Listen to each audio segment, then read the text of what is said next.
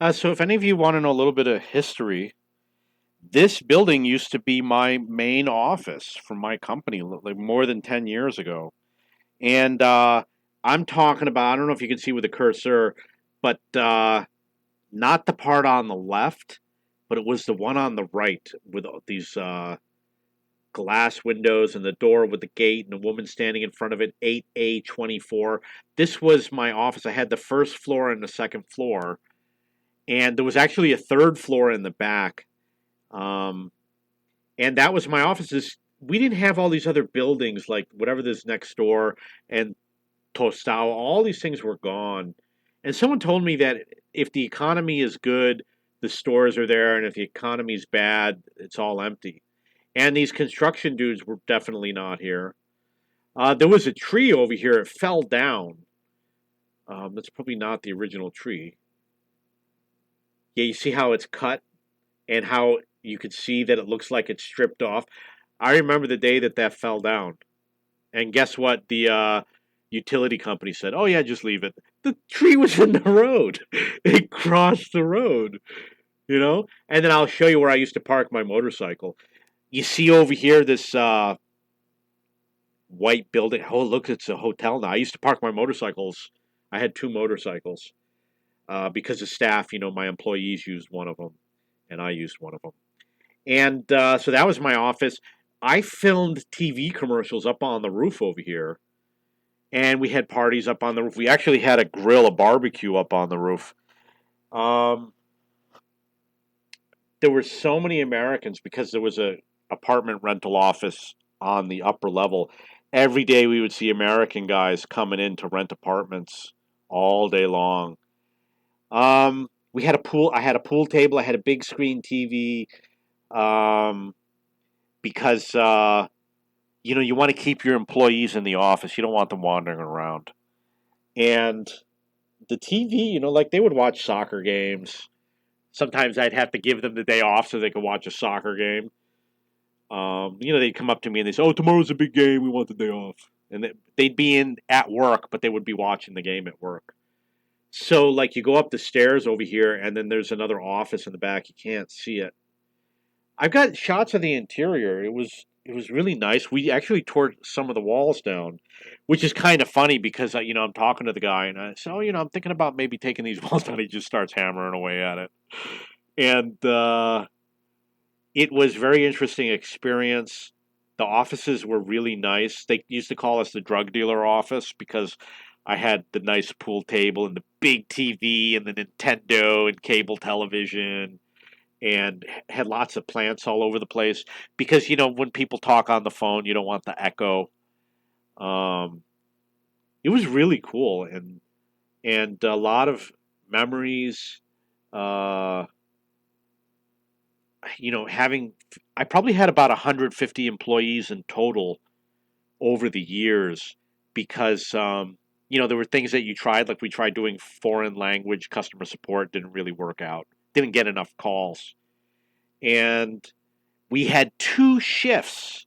So in the daytime, we'd have the daytime shift, and then they would leave at like 5 or 6 o'clock, and then the nighttime shift would come in. We're talking about daytime was customer support, ad related marketing, um, web developers, I think, and then maybe at nighttime we had web developers. Nighttime was all the graphics designers, and a lot of them had two jobs, so they were coming from their second job, but they didn't have a full shift. They worked like 4.5 hours because the public transportation doesn't run after 11, so they'd have to leave at 10:30. And you know what? One of the things that happens, you get employees that do things like they try to get all the other employees drunk or to go smoke pot.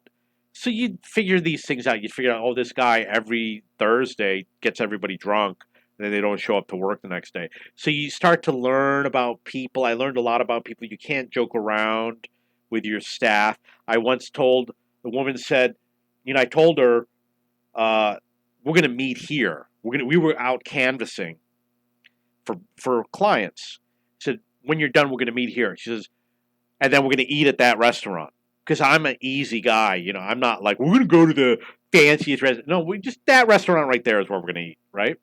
She said, well, what happens if I come here and there's nobody here? I said, use your brain. If the bus is here, we're here. If the look at the restaurant. She wanted to sue me because I said, use your brain. Deeply insulted. So I learned from my employees you can't make jokes ever. And if you promise someone something, if you say, I'm going to give you a bonus if you do it, they're going to do it. You got to give them the bonus. You can't say, oh, I don't know. If you say something, you have to hold your word to it. And, employees were dishonest. We caught someone stealing a cell phone, got it on video, and she quit the next day. She didn't return the cell phone. And employees, one guy tried to do a work stoppage because he wanted a raise. And when, I pay their salaries, and when they didn't do anything for 1 month, I said, you know what, fire them all. And I fired more than half the staff. And I said, you know what, this is what happened with the business. I was spending all of my time dealing with absolute nonsense. You understand what I mean?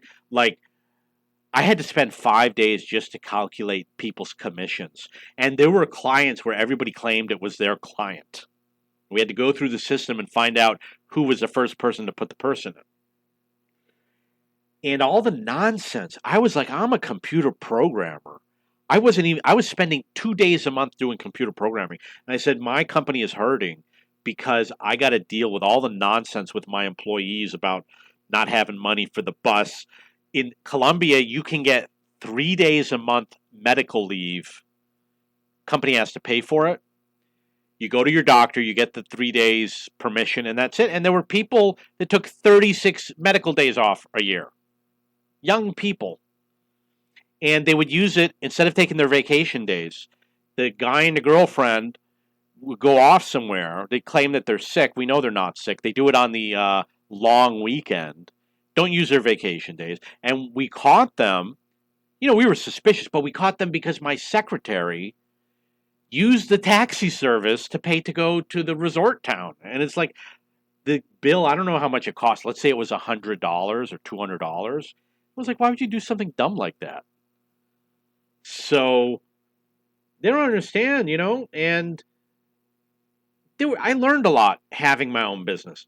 But there came a day when I said, I'm spending too much time managing all these people that I just don't want to do it anymore. And I don't remember what everything was, but there were people doing drugs, and, alcoholics was an issue.